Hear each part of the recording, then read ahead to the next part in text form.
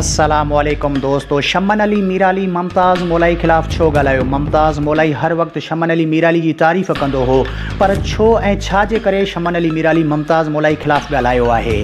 तफ़सीली ॻाल्हि ॿोल शुरू करण खां पहिरियां जेकॾहिं तव्हां असांजे यूट्यूब चैनल ते नवां आया आहियो त महिरबानी करे असांजे यूट्यूब चैनल खे सब्सक्राइब करे घंटी जे बटन ते क्लिक करे ऐं नोटिफिकेशन ऑल करे छॾींदा। हलूं था पंहिंजे मेन टॉपिक तरफ़। त पुराणे वक़्त जो मशहूरु फ़नकार शमन अली मीराली पंहिंजी ज़हनी तवाज़ुन विञाए वेठो आहे।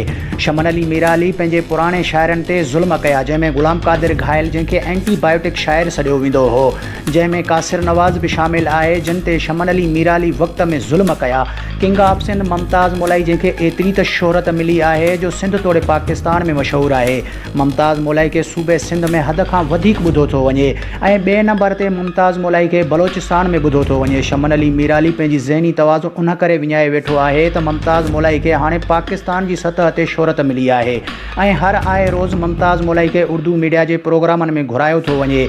उन करे शमन अली मीराली पंहिंजी ज़हनी तवाज़ुन विञाए वेठो आहे। मतिलबु कि शमन अली मीराली खे हाणे मुमताज़ मौलाई जी शोहरत बर्दाश्त नथी थिए।